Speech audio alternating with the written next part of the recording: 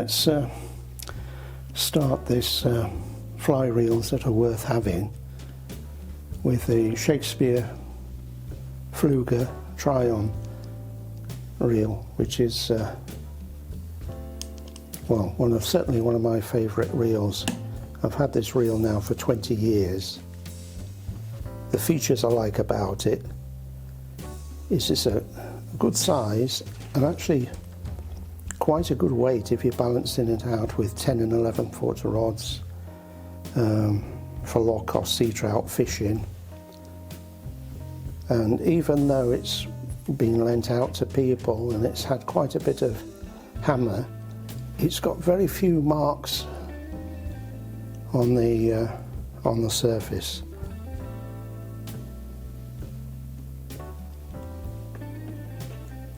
It's held up very well. The only annoying aspect of it now is that there's a bit of free play here which could be tightened up with a very, very thin washer. If I could actually track one down, I would put it on. This has a standard reel release, and if you want to convert it to left and right hand wind, you remove that circlip there and you flip this component 180 degrees, and then it converts from the drag from left to right hand. It's the standard practice with so many fly reels. If you remember to slacken off the drag when you finish fishing, it's always nice and smooth, never jerky. So I thoroughly recommend that reel. Comes in one of these neoprene bags, or well, actually a nylon bag in the case of that one. I'll give you an idea of the weight with a fly line on.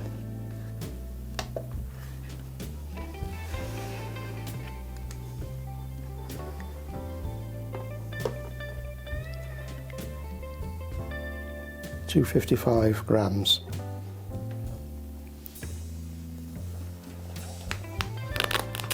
So divide that by about 28 for ounces.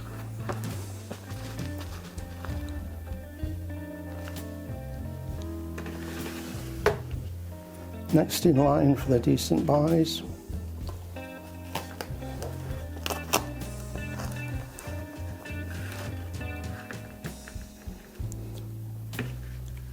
this is Sierra reel, Traction 1.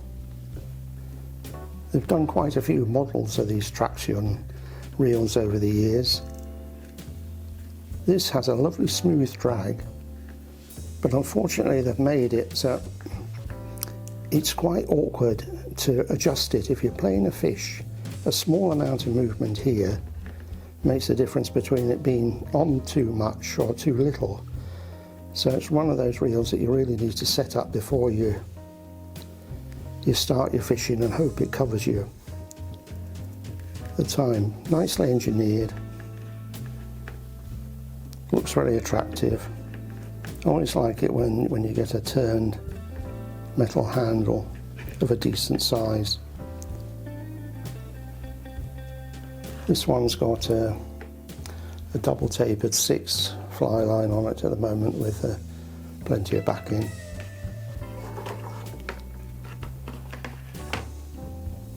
So give you an idea of the weight of this one.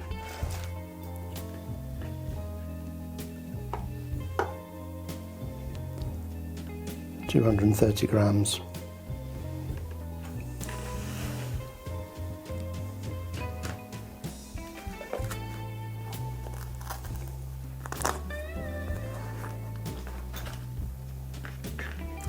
Little Snowbe.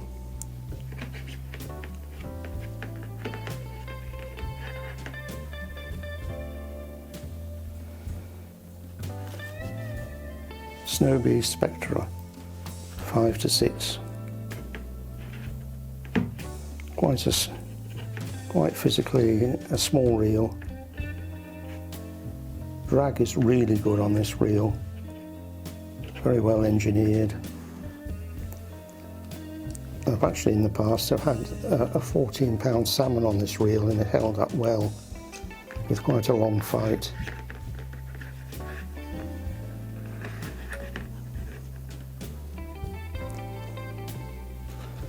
So again, it's a case of removing the circlip and a flip 180 degrees to change from left to right.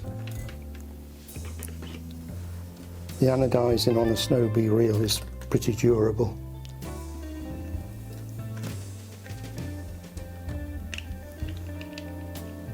I go back to the time when there was only mainly British reels and one or two from Japan, fly reels, and the British fly reels, like the lower priced Hardy reels at the time, the finish was truly appalling. It used to just flake off before you were at your eyes.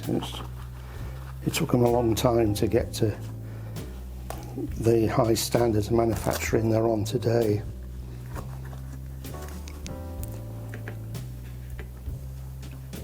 This is a Daiwa New Era fly reel, and the surprising thing about this is it was a really nicely put together fly reel with a good drag at a good price, removable spools, and they discontinued it before it had really a decent chance to take off.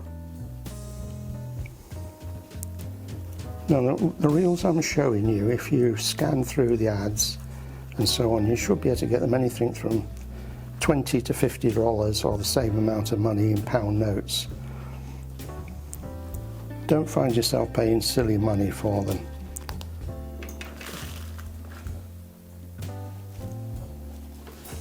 And just as a more modern reel that's worth getting your hands on, this is Hardy click reel. It's extremely light. I've got this one to use with my brook rods, 6 and 7 foot long rods. It's taking a 2-weight line.